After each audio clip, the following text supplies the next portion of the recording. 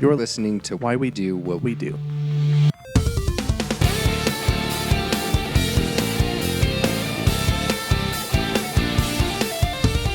Hi, welcome to Why We Do What We Do. I will be your host, Abraham. And I'm your co-host, Ryan O. And we got our video production assistant, Tyler Bessire, over there in the corner. And so today we are talking about, this is one of the more, I guess, peripheral, or it's a little bit outside of what you might think of when you're thinking about psychology, but I think it's really important, and we both really love this area. Yeah. And so today what we're talking about specifically is, it's called instructional design. And so what that refers to is how academics and like curriculum are arranged specifically to guarantee or to aimed toward particular learning outcomes. Okay.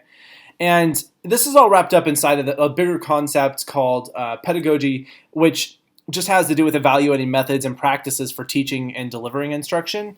And this is also very related to this concept of learning, which is really central in psychology. Yeah. And I think we're going to tackle that at another point, which is a great topic. Yeah. But diving into whether it's social learning, like social psych, or educational psychology, IO psychology, like it's all talked about to some degree. Yeah, yes. Yeah. Learning, I just love that topic. I think it's really cool. But going into like what learning is and all of that, it's actually, believe it or not, beyond really the purpose of what we're up to in this particular episode. We're really speaking more toward how you set up instruction or education so that it facilitates this learning process. And then we'll tackle learning separately, and it's going to take some preparing and making sure we have all of our ducks in a row, because it's just it's such a fascinating topic. I really want to make sure we do a great job on it. So let's specifically spend this episode, we're going to focus on this thing called instructional design. And again, just to bring you back to that, what that is how you arrange your instruction and your curriculum so that you are producing a specific type of outcome. I'd like to give a little bit of an overview of the kind of people who have really made great contributions to this. And what's awesome is talking about what they found, and what kind of principles and I guess strategies that we've discovered to make education as effective and as efficient as possible. I have my own sort of personal interests, and I'd love to hear some of yours as well. Yeah. In that, and I was mentioning this before we started recording, when I was going through the education system, like elementary school, hated it. Middle school, hated it. High school, so hated it. I was like, didn't even want to finish. And when I got to college, I actually did enjoy it. But when I got into my psychology classes and I discovered there's this pedagogy, there's a science of teaching and learning, I was like, what? This has been here all along? Like this type of technology and research and science around education has existed since way before I was in school. And apparently just nobody's using it, or at least it was undetectable by me. It's questionable how much it's really used. It seems to be that people are not using this instructional design. They're not using this research and these fantastic methods that have been found. Yeah, and I will say one big part of a lot of instructional design is to not blame the learner. So I would say, even in this context, the teacher, like we can't blame the teachers. I really think that there was never a good platform built to get this technology out there. There was at times where they kind of got it out there and it was starting to get some traction, but at least in modern day tools with social media and all these different things, like we're not using those things to carry on this lineage, right? No, yeah. So there's a lot of work to do that. That was what I was saying. Like, as hard as the experience was going through as a student, right? Mm-hmm. Like, at the end of the day, we can't blame the teachers per se. Like, we need to look at the entire system. No, that's a great point. I'm not trying to point the finger at anyone, and it's not even really. I guess my reaction's a little unwarranted. But when I discovered that this existed, I was really interested in learning more about it, because I remember thinking as I was going through my education, I'm like, there's just got to be a better way to do this. Like this seems like it's very unpleasant. It seems like a terrible system. And this is you really can't point the finger at any one person or even any one group of people and say this is their fault. People have been doing the best that they can with what they knew. But I was immediately attracted to this and just wanted to know everything I could about education and that sort of thing. I remember actually running into it in a class, and they were like, "This is all you have to do for your grade." And I was like, "Wait. That's it? Like, it's that clear? Like, I need to learn this for this grade? And I was like, there's got to be a trick here. Yeah. I don't buy this. There's always been like, I have to, grow or learn in a certain way, or it's like this variability, right? Yeah. And it's like what was required. So you're referring to they identified specifically what the outcome was ahead of time? Yeah, they were saying like, I need you to learn these things. If you learn these things, then you're good to go. So like for flashcards, it was like, you need to learn your flashcards. You need to be able to say your flashcards at 15 flashcards per minute. Mm-hmm. And when you do that, you get 100%. And I think I wasn't planning on tying this in, but this does relate to something we're going to talk about later with the IO psychology of a lot of businesses. Like that's almost the only way that they operate. Of like, it's not that they just teach you arbitrary things. They teach you that when you come in to be trained for a particular job, this is what you need to know to do your job. And when you can demonstrate competency at this thing, then you are, you're going to be the person who's in charge of this, and you're there full time, and that's what you do. And even if like, that's not to say that they're just going to respect you. I'm not trying to get into that. But the element of they have been relatively well oriented to this very practical approach of knowing exactly like this is what needs to have happen in the circumstance.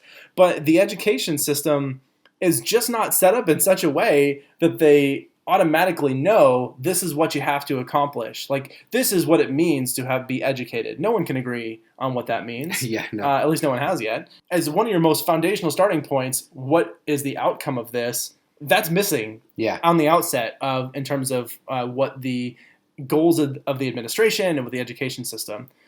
So, with all that being said, let's... And I will say my personal interest in this is... I meant to tell you. Yeah, that's all right.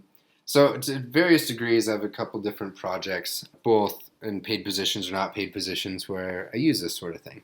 And you use instructional design? Yeah, a little bit. Like, I think I look at it as like a continuum, the degree to which you get to follow the process. So we'll give an example later of like a very good example of how they get to follow the process very well. Cool. Kind of in the nonprofit world where we get to do as much of it. We do as much of it as we can. So anyhow, that's currently kind of designing some instructional stuff for students with intellectual disabilities in the high school setting. Mm-hmm. But I kind of play around with it with different levels, and I kind of use it in my life as much as I can. Okay. So can we jump into some of the players? Yeah. Historically? I was thinking the next best step for us to take is discuss who's made a big contribution to this field. And keep in mind, there are a lot of people who have been doing research in education, and we're not trying to discount any of them by focusing on the ones that we're focusing on. The reason that we chose these, at least this is my understanding, the reason we chose these is that these are people that we came in contact with their work, and so we were particularly influenced. And so we felt well prepared to sort of discuss that, knowing full well that there are dozens more big players in this field, and just that these are a couple that we already knew about and we were familiar with, and we had the resources to do a good job of explaining them. I'm actually always extremely interested in people sending resources in that relate to this. Oh, yeah. It's hard to find them sometimes. Like, I stumbled across this accidentally through a conference presentation and then asking somebody for some stuff, and I was like, I didn't even know that this area existed. Right. So, yeah, please send them in or, drop them in, whether that's a polite comment or like, hey, you guys forgot this. Right. Whatever it is, drop it in. Yeah, send us some stuff. I'd love to know that. Yeah.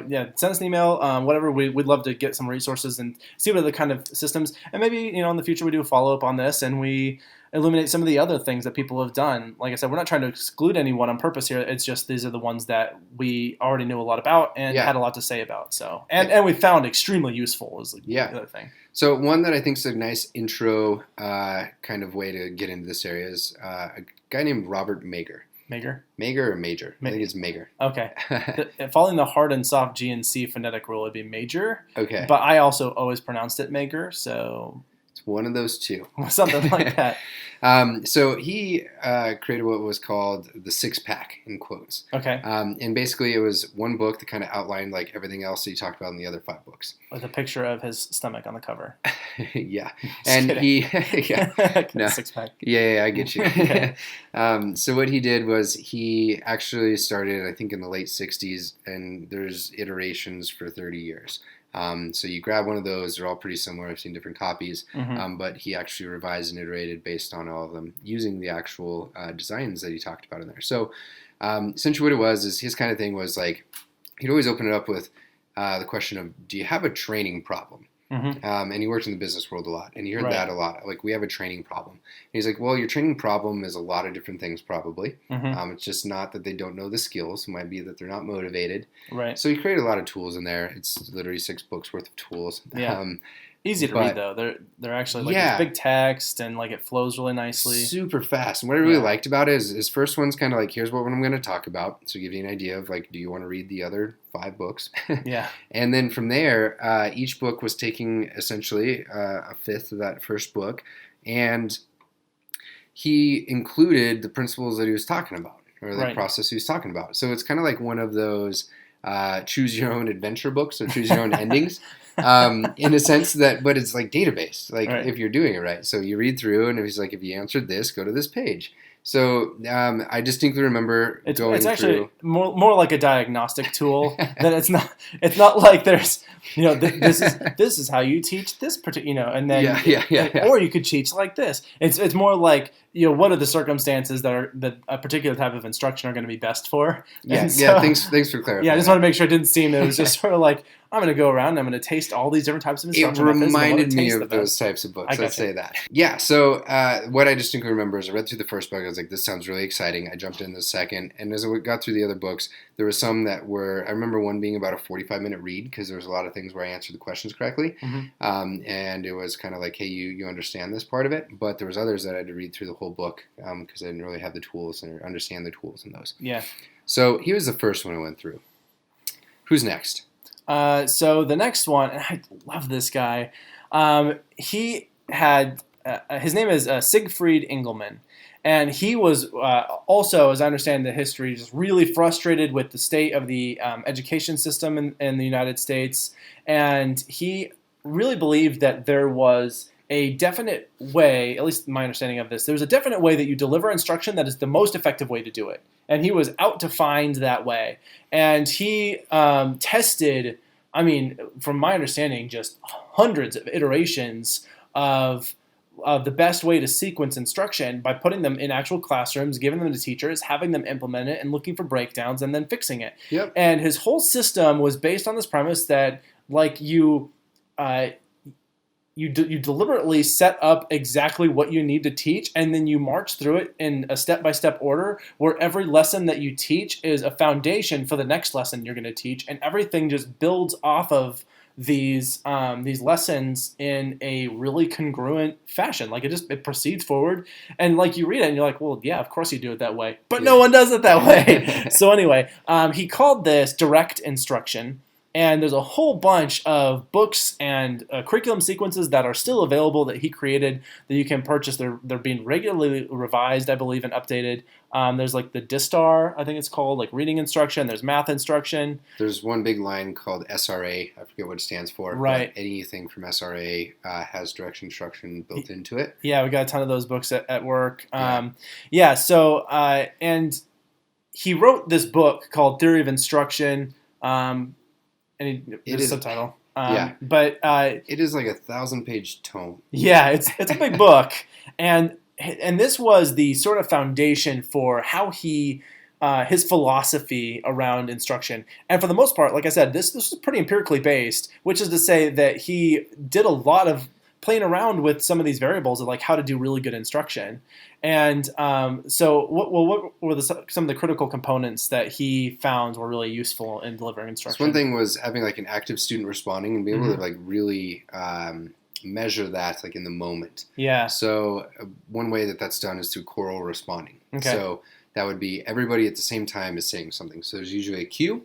I actually use this when I'm teaching much more like complex concepts and group formats. So like a cue, like a signal, like yes, yeah. Yeah, so for example, I will say something effective like this is a certain type of chart when I'm working with people. And I'll ask them I'll kind of orient them to the process. So I'm going to say it, I'm going to cue you guys, maybe something like I'm going to point to the whole group. Yeah. And when I point to the whole group, then they answer in unison together what the answer is. Now, the way that works is I've got feedback essentially on every learner, right, as to whether or not they understand it or not. But it also creates that like kind of rule that you also need to actively engage with the content. Right. So there's kind of two parts there is how I look at it. Yeah. So and this really stands in contrast to the idea that a lot of learning happens just by having someone talk at you. So actually, this podcast stands in direct contradiction to that model, because if you're sitting here passively just listening to what we're saying, and I'm not asking you to do anything, and you're not doing anything with the knowledge I'm giving you, you're far less likely to retain a significant portion of it and be able to apply it to anything else. Yeah. So one of the major components is like for every aspect of the lesson, the student is doing something. They have to do something. And that one of the examples you give is core responding. That's going to be the whole group is going to be responding to things. Sometimes they're along with the lesson, they're writing something or they're pointing or whatever it is. They're constantly engaging with the curriculum and the academic materials for that lesson. I will say, to kind of continue off that, like if you caught me in a workshop-based model, like it's complete opposite of a podcast. Yes. We're doing things the whole time. Now, the way we're doing things is it's very interesting and it's kind of individualized and those sort of things too. Right. But these things are very hard to capture in a podcast format. They are. That's true. And I'd hoped that at some point we'd build in a more interactive component. We talked about doing like a live stream where people could write in and we could ask them we could answer questions. Yeah, we definitely should have tested those out and had some feedback by the time this releases. So it'll be fun to kind of look back on those. Exactly. There's some other components we didn't necessarily mention. There's one that I think that's very important to bring up, and that's the scripted presentation. Oh, yeah. Right? And this is one that could be a point of kind of contention for educators, and it has in the past. Yeah, people don't like this. So how does that work? Well, so in the books, in the direct instruction books, the SRA, the DISTAR, all of these books that have been created, it has a specific script that the teacher is supposed to read. And then it also has potential answers that they might get from their students. So the script, like the teacher really isn't supposed to do anything except follow what the book tells the teacher to do. And again, this stems from this view that there is a correct way of teaching something. And if you practice it enough times, you'll find like this is the sequence of instructions that is the most effective for this particular math lesson or this particular reading concept. And so it's like, don't mess around with like coming up with your own personal flavor of it. Just do it right the first time.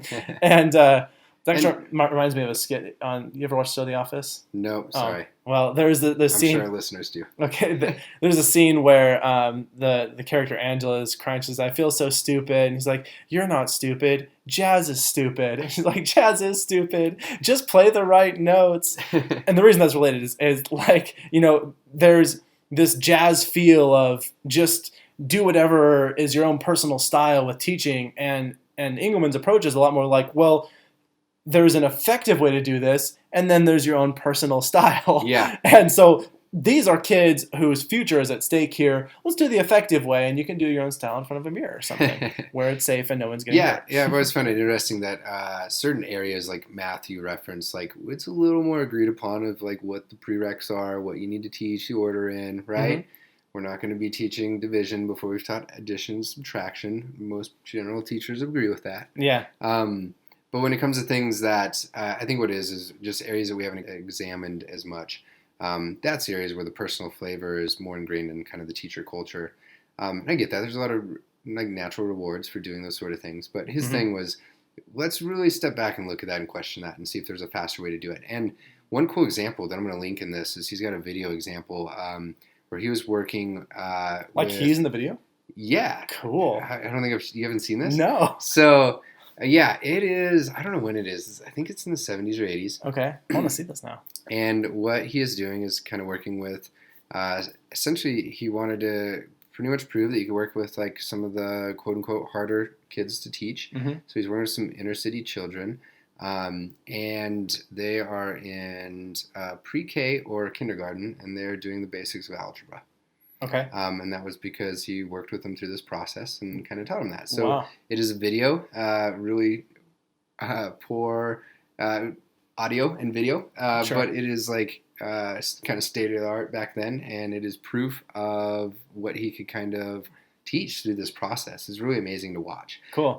The best part when you check it out is how into it the kids are. Sure. They're so into the process. Like Yeah. they are standing up out of their chairs, yelling and screaming answers, just like excited. Yeah. And trying to beat each other at these sort of things. Which is great. Yeah. So and just to go back, one of the points you made about the fact that everyone sort of agrees there's sort of a general progression about how you go about teaching math, and that's true.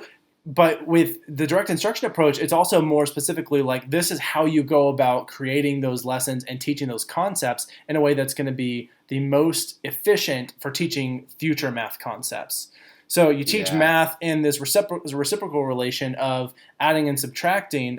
That's a relation that the related processes. And so you look at how those if you can teach the concept of adding and subtracting by giving examples and non-examples and systematically working through those processes, then you can see that kids start applying it. And it's not just teaching them one problem at a time, or even like one concept of just like, this is subtraction. It's when you take away. All right, this is addition. It's when you add. Moving on. It's actually like, let's practice this. Like, show me that when you take away, you can now add it back on and you're back at the value you used to have. Yeah. And really having them engage in that process. So yeah, and I will say like even this process can easily be embedded into concepts like project-based learning, which are have been gaining a lot of traction for various degrees in different states for a lot of years. Cool. But those things that are kind of like not only hot items like project-based learning, but that are also I think really cool things that could be blended with like direct instruction. Cool. So I will say that for any teachers listening to this, like do that work. That would be awesome to see these things kind of combined. Yeah. And now I guess going back to this idea of the scripted instruction, there is a little bit of flexibility in this, in that a lot of times it's that you have to these key concepts, and there can be an art to this in a way where you have to be sensitive to sort of where your learner is at. Yeah. I've found, and now most of the time they do a pretty good job of actually building in, this is how you check for like their progress, and there's like a step for remediating if they're not where they need to be based on where the lesson is. But there is still a little bit of level of sensitivity of just acknowledging where you need to be in relation to where your student is, and then how you sort of gauge the kind of interaction. And one example, actually, I think that's really strong on this, is that there are certain students that we get in at least where I'm at, where they're a little bit older, and you don't need some of the most basic concepts all as small as they are. You can just teach them in larger groups is basically what it comes down to. So I guess the most people who've never heard of this direct instruction thing, or if they haven't heard of it the way we've been talking about it. Yeah, yeah. Because a lot of people think of direct instruction, they simply mean that you are in person or something, or it might just mean something else. But there is two types that are referenced out there. Okay, and so the type we're referring to has to do specifically with Siegfried Engelmann and the work that he's done, and is there, I already know the answer to this question, but there is some evidence for this being a pretty effective, besides the fact that like we've used it and we know it works, and he's got these books out there. You want to describe some of the evidence? Yeah. So essentially, he and everyone involved in this, because the teachers and everybody that was working on this, built this up. It was actually included in a study called Project Follow Through. Essentially, what happened was starting in I believe it was the late 60s, 70s, they started getting this together. It was a federal grant, right? Yeah, it was all in all like 20, 25 years at least, and it was $1 billion study. The largest educational study to date, I think still. I haven't checked the last couple of years. And probably going to remain that way for a while. That's a pretty big chunk of change. Yeah. And essentially what they did is that loosely, like, do you have an idea on how people learn and how we can teach, and submit proposals. There was, I think, 11 or 12 proposals that came in, right? And direct instruction across all measures. Oh, it's possible that more came in, but there's like 11 or 12 that ended up receiving grant money. Yeah. Out of those, direct instruction was the only one that consistently across all other measures produced positive outcomes. There was 2 others that produced some positive outcomes in various different areas, not to the degree that direct instruction did. Right. But yeah, at the end of the day. And so what were some of those domains? Do you remember? I don't remember off the top of my head. I actually know that there was math, like reading, self-esteem was some measures they were interested in, cognitive growth. So I'm trying to remember some other ones they had, because you're right, there was a whole bunch of dimensions they were specifically interested in. And I believe, if I remember the summary correctly, the government ended up going with the projects that were specifically oriented toward self-esteem growth, and not necessarily their academic growth. And so, but even those, like, it was produced stronger in those effects we're seeing more in the direct instruction model. Yeah. Like on those measures. Right. My understanding was that there was a lot of politics involved, but at the end of the day, the funding was kind of allocated towards the ones that weren't as good to try to make them better. Okay. But I will say, like, there was so much politics for years involved in this, and they like went back. I know they hired Stanford researchers to like go back and look at the data. Mm-hmm. There's books on just that process itself. And I know there were some problems with the data collection on this, and this, the point of this episode isn't to spend a lot of time on project follow through, but just what's crazy is the overall outcome is that direct instruction, like, significantly, and I mean not even statistically significantly, far beyond that, it vastly outperformed every other type of instruction on, as I recall, every measurable dimension that they looked at. And they did it again, and the next time it did the same thing, and they just kept repeating and getting the same outcome. And they're just like, yeah, we're not going to go that way. Yeah. It'd be like, my only goal is to get a car where I have efficient gas mileage, and I try out a Hummer and a Tesla and like a Nissan Leaf, and then I'm like, I think I'm going to go with the Hummer because. And as you said, there's politics involved. But it's surprising because, I know what I was going to say is that some of the elements of the study, and I think it's important to point out, like, this study was pretty poorly done. There was very little in the way of actually, like, getting good integrity around how these educational things were being implemented. So it's not really clear whether or not the teachers who were doing these were always doing them right.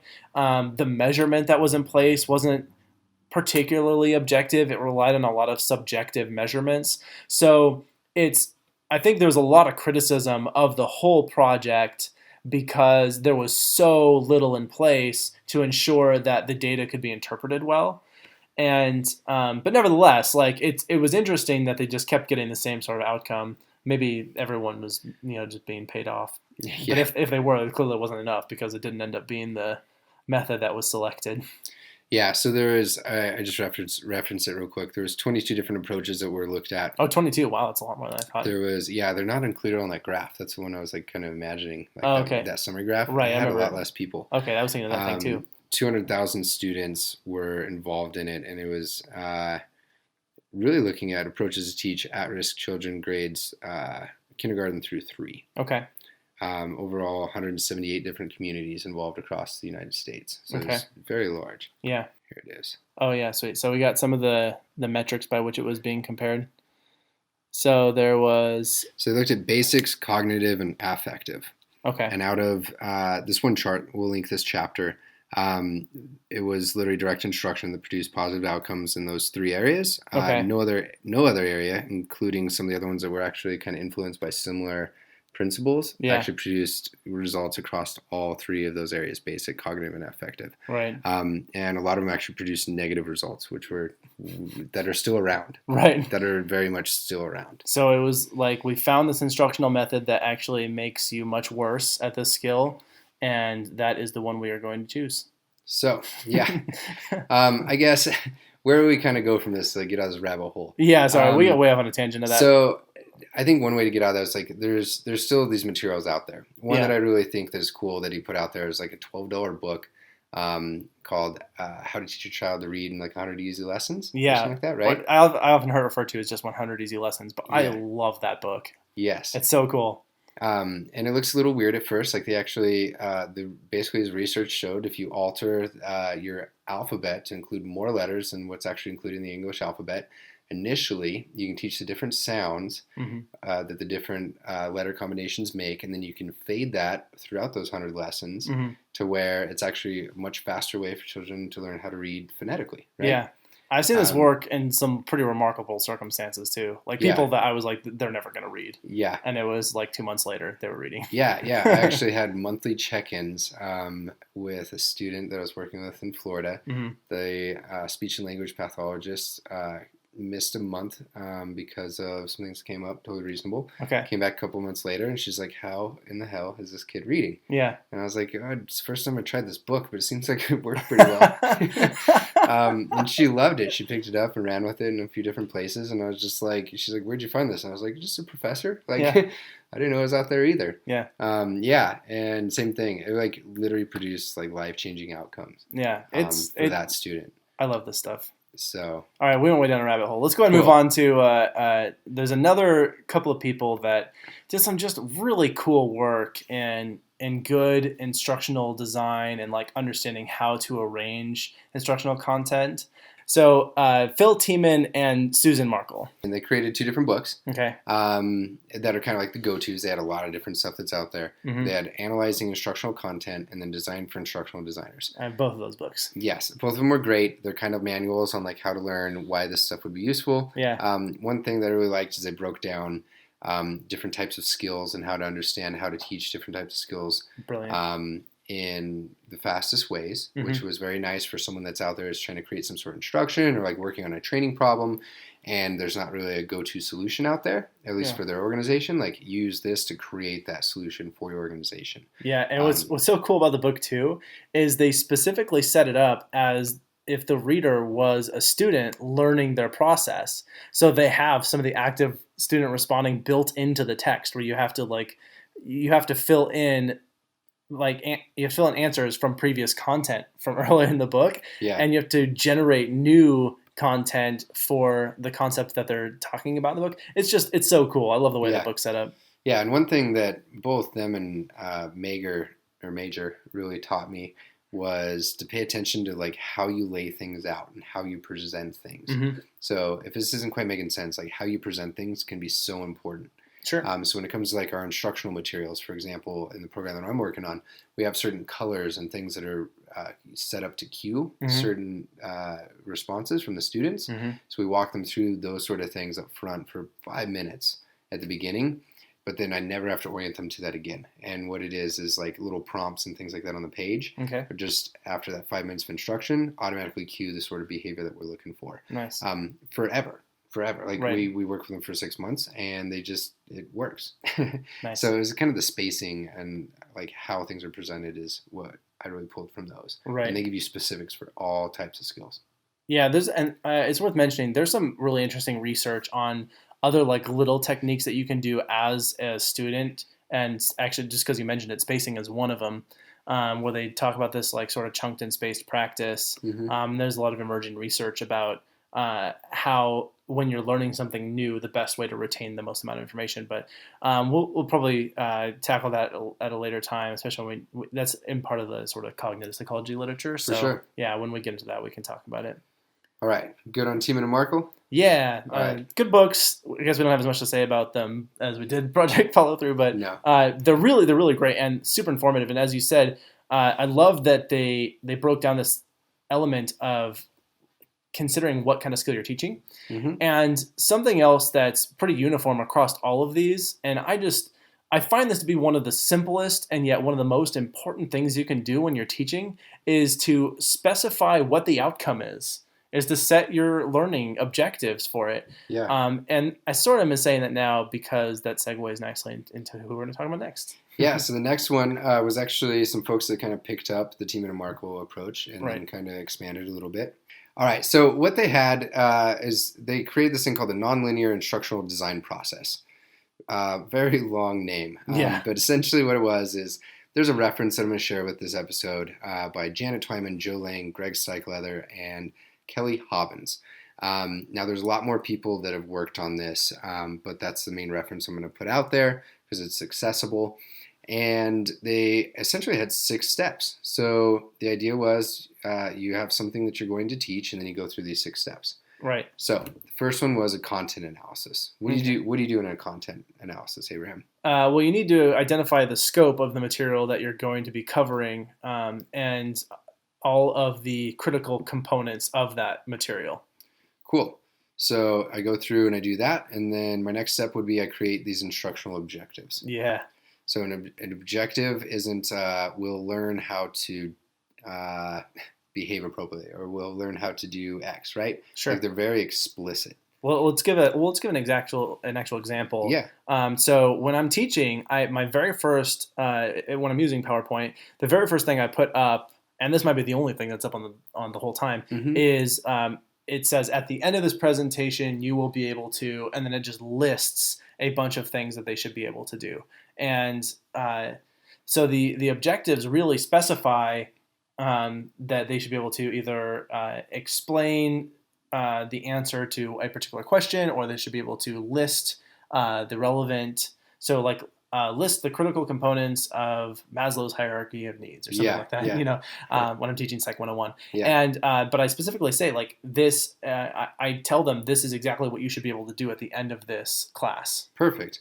Yeah, and those things are measurable, right? Which segues into the third area, which is criterion tests, as they call them. So you have a test that will be able to tell you whether or not that you met your objectives, right? Yeah, that's basically all there is to it. Really simple. You've identified what the target outcome is, and so all you have to do is have a way of measuring that outcome is occurring. Yeah, now, yes, perfect. So the fourth step in this, so we had content analysis, instructional objectives, criterion test. The next one is one that I think is skipped a lot, or it can easily be kind of overlooked, and that is the entry repertoire, as they call it. Right. So what does a learner need to have to be able to enter even in and be successful at learning these objectives, right? Yeah. So it's just a basic assessment of where is the student in relation to the curriculum that you're trying to teach them.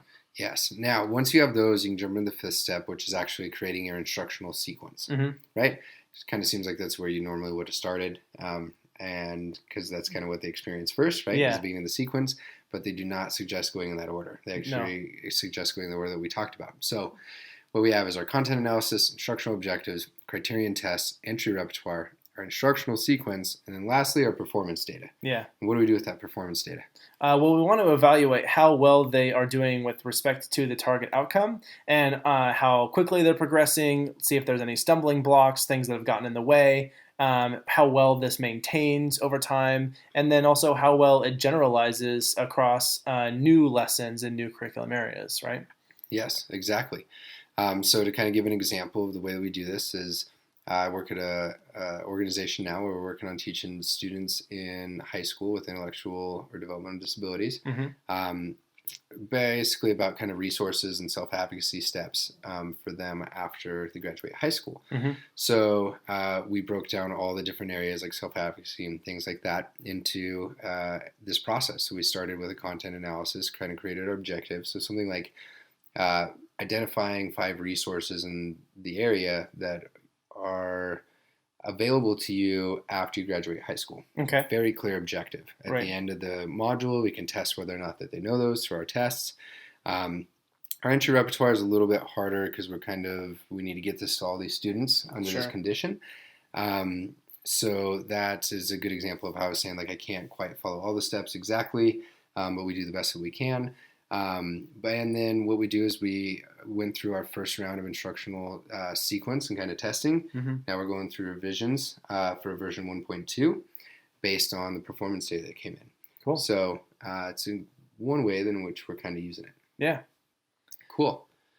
So that's what's next? Wow, we just laughed and said so and did everything all in unison. Yeah. All right, so that really covers the basics of sort of who has been a major contributor, at least, again, some of the people that have been major contributors to our understanding of education and academics, and also sort of a summary of the work that they've done. And I think it's useful then to turn to, or at least to consider, why do we care about any of this, especially in the face of this doesn't seem to be very widely adopted. Why do we want to know? What's the interest there? Yeah, so I've got a few different kind of things that came to mind when I was drafting up for this episode. So the original kind of instructional design programs and like PhD programs, things like that, were influenced off this literature. The degree to which they're still in there, I'm not sure. That could vary, as we know, like those things vary all over the place. Sure. But it was kind of embedded originally. Now, another area is, I think especially with technology just exploding, like all of this stuff like was created primarily before any of this technology explosion.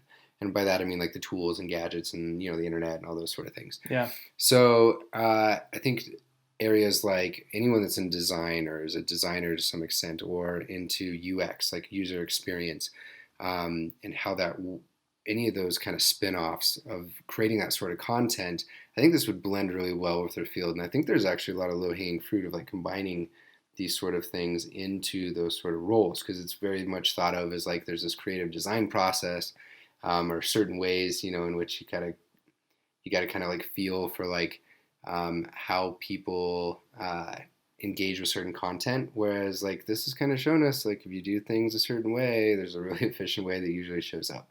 Right? Yeah, and actually that reminds me, a few years ago, you and I were at a conference that was specifically an education-oriented conference, and there was a representative there or somebody who worked at the video game company Bungie. Yes. And it was so cool to hear him talk about how they use a sort of an instructional design approach to design video game experience. And was really speaking to us of like, there's a lot of opportunities for collaboration in that you guys know a lot about instructional design, these people who are in this academic field, and you know a lot about how to organize content in a particular way, and we know a lot about making people have fun. And let's let our powers combine. Yes.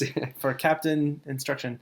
It's actually an area that I'm like not that specific area in gaming, but like those combinations, like that's the thing I'm extremely interested in. And as I understand it, those things happen. Figure out how to make that happen. Right. As I understand it, like that sort of idea of collaboration was sort of how Schoolhouse Rock came to be, was this idea of, make it fun, make it engaging, and make it something that is a little bit novel, and tie in these elements where it's not just the one way of delivering instruction, but you have multiple modes of getting people engaged, and especially when you're making it fun and interactive, and you really collaborate on this deliberate sequence of how to teach things.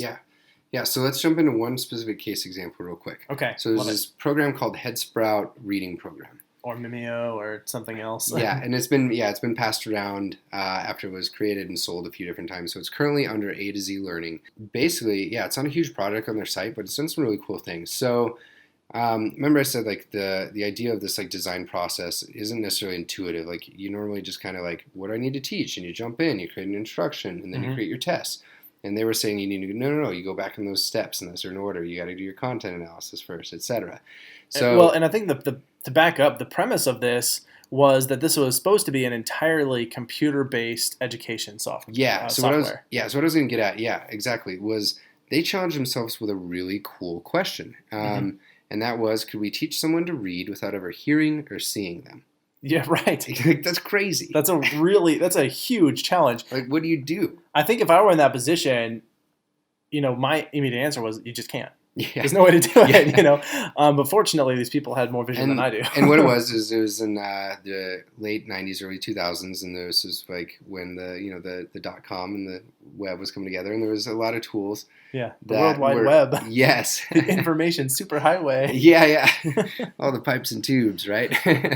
It was when there was a lot of interest in those sort of things, and creating learning opportunities or creating business opportunities to help people and to create really valuable products on that platform. And so what it was is there was a lot of big players, but there was a group of about 22 or so people that came together, including those people that I referenced earlier that created that nonlinear instructional design resource that we're going to link. And they went through this process with that. And essentially what they came down to... And by process, you mean those 6 steps? Yeah, those 6 steps. So content analysis, instructional objectives, criterion tests, entry repertoires, instructional sequence, performance data. So I got some highlights from that. Would it be fair to call the entry repertoire like entry repertoire assessment? Would be, because the rest of them refer to like something that that the instructors are doing, and the fourth one. I don't know. And what it is, so these 22 people, all interdisciplinary, working together. There was a few that were really well trained in instructional design. There was a lot of different designers, folks who were helping with the coding, all that sort of stuff. Right. And what they did is they went through this process, I believe somewhere around like 500 times to get to their final product. That's a lot of time. Somewhere around like 3.5 years. And these are all things that I've heard from those creators various different times. So I'm probably off a little bit on the numbers. I don't think I've ever tried anything 500 different ways. Yeah. Except maybe Candy Crush. Yeah. And that is why, like the entry repertoire was identified through going through this process a lot. Mm-hmm. And what I thought was really cool is, so to get back to like, how do you teach someone to read without ever hearing and seeing them? Well, the answer is through mouse clicks. Mm-hmm. And what it was is those mouse clicks were the way to measure the performance data. And they identified things through watching the students and doing these kind of early assessments of like what the students actually had in their skill sets prior to identify some things like the entry repertoire. So that actually turned out to be that you need to have the language skills of a typical 4-year-old child. That was the first one. Okay. And this is an English-based program, I must say. The next was psychomotor skills to move and click a mouse. And the last one was like some rudimentary understanding of the concepts of first, next, last, and not. So you needed sort of a sequence and then a counterexample sort of thing. Yeah. Okay. Yeah. And if you had those skills, then you, and after they went through all these iterations, if you sit down and go through the program with those, you have a 92% success rate of learning how to read and comprehend what you're reading without any additional input or help. That's outside impressive. of the teacher turning the computer on, logging you in. That's a good way to spend your time. Yeah, I've actually had the opportunity to start this in like a classroom sequence twice. What was very cool is, and the way it kind of works is when you start it up and everyone begins at the same place. At the beginning of the sequence, they quickly test to make sure that the entry repertoire is there, and then immediately, based on error patterns, adjust the curriculum for the learner. So if they err a certain way, it starts, essentially think of it as a big decision tree process, right? As errors happen, those are identified, and then through all those iterations that they did, they determined what needs to be presented to be able to help the learner get over those, right? And with this, they've reached about 3 million people, a little over 3 million people to date, which is a significant amount, but at the end of the day, there's a lot of kids that are learning out there that do not contact this, right? Right. So that's where the whole marketing world comes into play. Yeah. And I just look at it as like the instructors built into this program. It required a ton of resources to pull off, but relative to what they created, like it wasn't that resource intensive. Like, yes, we're talking about millions of dollars and lots of people here. But when it comes to like teaching kids how to read and like having a final product that no longer needs a teacher, that's pretty cool. Yeah. It's pretty cheap-ish, like on a society level. Yeah. What's great about this is this whole idea of when you are creating materials, especially thinking about the outcome for the society, for the culture, for those people, and how often there are people who just don't have access to the resources that they need, and that because they don't have this access, they're just so much less likely to be able to make meaningful contributions. They might be less successful. They might have a lower quality of life. And that's not necessarily to say that they will.